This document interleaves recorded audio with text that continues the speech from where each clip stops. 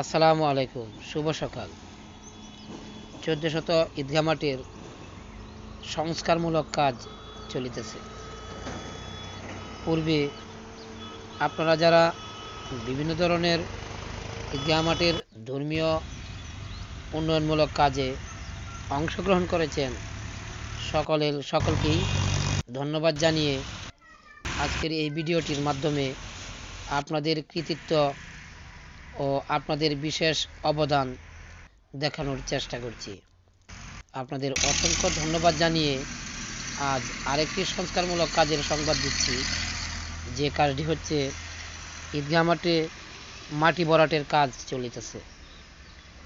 যারা এ কাজেও অংশগ্রহণ করতে চান তারা ১৪শত ঈদগাহ মাঠে সম্মানিত কমিটিবৃন্দের সাথে দেখা করার জন্য বিনীতভাবে আহ্বান জানাচ্ছি।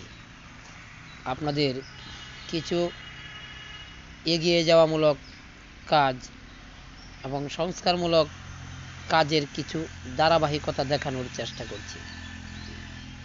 এই দেখেন, নতুন মাটি ফেলানো হচ্ছে এবং সড়ক থেকে ঈদগাহ মাঠটি নিচু বলেই এই নতুন মাটি ফেলানো হচ্ছে।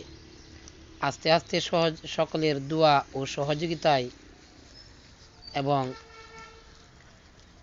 পাশে থাকার মাধ্যমে উক্ত মাঠটি একদিন সড়ক লেভেল হয়ে উঠবে।